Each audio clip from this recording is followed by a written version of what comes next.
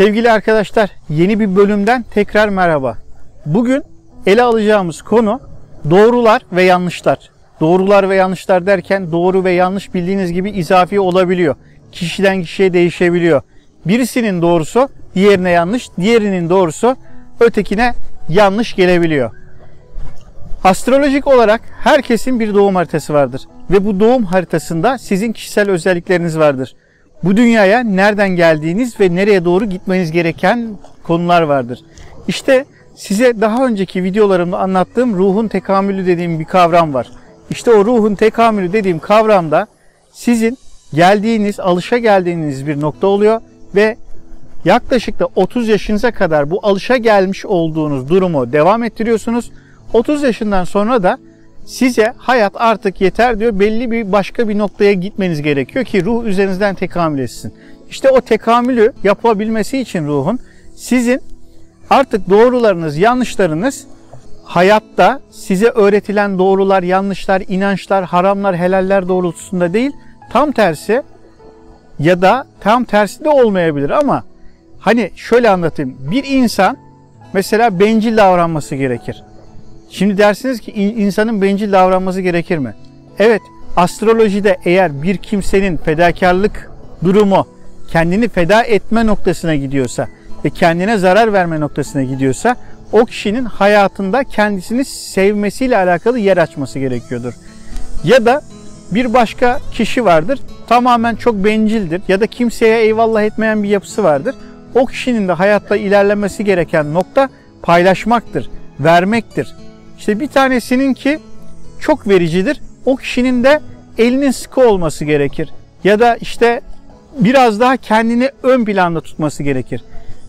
Aynı bu şekilde her insanın astroloji haritasına göre yönelmesi gereken alanlar oluyor. Kimisinin ruhsal alanlara yönelmesi gerekiyor. Kimisinin psikolojik alanlara yönelmesi gerekiyor.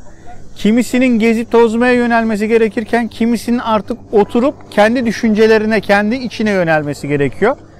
İşte tüm bunlar kişinin astroloji haritasında yönelmesi gereken alanlarda o kişinin yanlışlarına, doğrularına farklı olabiliyor. Yani siz diyelim ki bir şey öğrendiniz, bir hayat felsefesi öğrenmiştiniz çocukluğunuzda. İşte dediler ki bencil olmak kötüdür. Bencil olmak kötüdür evet ama kişinin kendini sevmemesi daha büyük bir sorundur. İşte kişinin astroloji haritasına baktığımızda o kişinin artık bu hayatta kendisini sevmeye yönelik bir eylemde bulunması gerekebiliyor olabilir. Ama sizin tam tersi. Burcunuzda kendinizi zaten seviyor olduğunuzda ya da o burç kombinasyonundaki özellikle birinci evinizdeki Güneş ve Mars ilişkileri gibi konularda kendi bencilliğiniz aşırı varsa sizin bu sefer gitmeniz gereken yol haritanın akışında daha fedakarlı, daha verici olabiliyor. İşte tüm bunlar o sizin astroloji haritanızda yer alabiliyor. Kimine cinsellikle alakalı konular çok ters gelirken bir tanesine çok düz gelebiliyor. Kişinin yönelmesi gereken alanlar onlar olabiliyor. Kısacası her insanın doğruları ve yanlışları birbirinden çok farklı. Ve eğer siz kendi yaratılış fıtratınıza uygun doğru ve yanlışlarla hareket etmezseniz, kendi yaratılış fıtratınıza diyorum, dikkat edin. Yani size demiyorum ki umumun durumu, genelin durumundan bahsetmiyorum. Çünkü inanç sistemlerinde, dinlerde özellikle anlatılan bir konu vardır. İşte şunlar doğrudur, bunlar yanlıştır, şunlar haramdır, bunlar helaldir denilir. Ama sizin kendi bireysel haritanızda size özel durumlar oluyor. Yani bunu şu şekilde ifade edeyim. Bir insan bir bardak su içer. O su o adamı etkilemez. Diğer bir insan bir bardak su içer. O su o adamı tıkar, zarar yazar. Bir adam vardır, o adamın su içmemesi gerekiyordur. Ya da az su içmesi gerekiyordur. Ya da suyu çok içmesi gerekiyordur. Diğer adama zarar yazan çok su içmek, diğer adama ise fayda sağlar. Aynı bu bağlamda her insanın doğruları, yanlışları hayatının bireysel akış ve kaderi akış yönüne doğru farklılık gösterebiliyor. O yüzden de zaten belli bir yaşa gelindiğinde diyorsunuz ki ben işte çocukluğumda şunları yapıyordum, işte gençliğimde bunları yapıyordum. Her şey güzeldi, her şey süperdi ama bir anda değişti. İşte falanca bir olay oldu ondan sonra değişti. Filanca bir olay oldu ondan sonra değişti diye düşünüyorsunuz.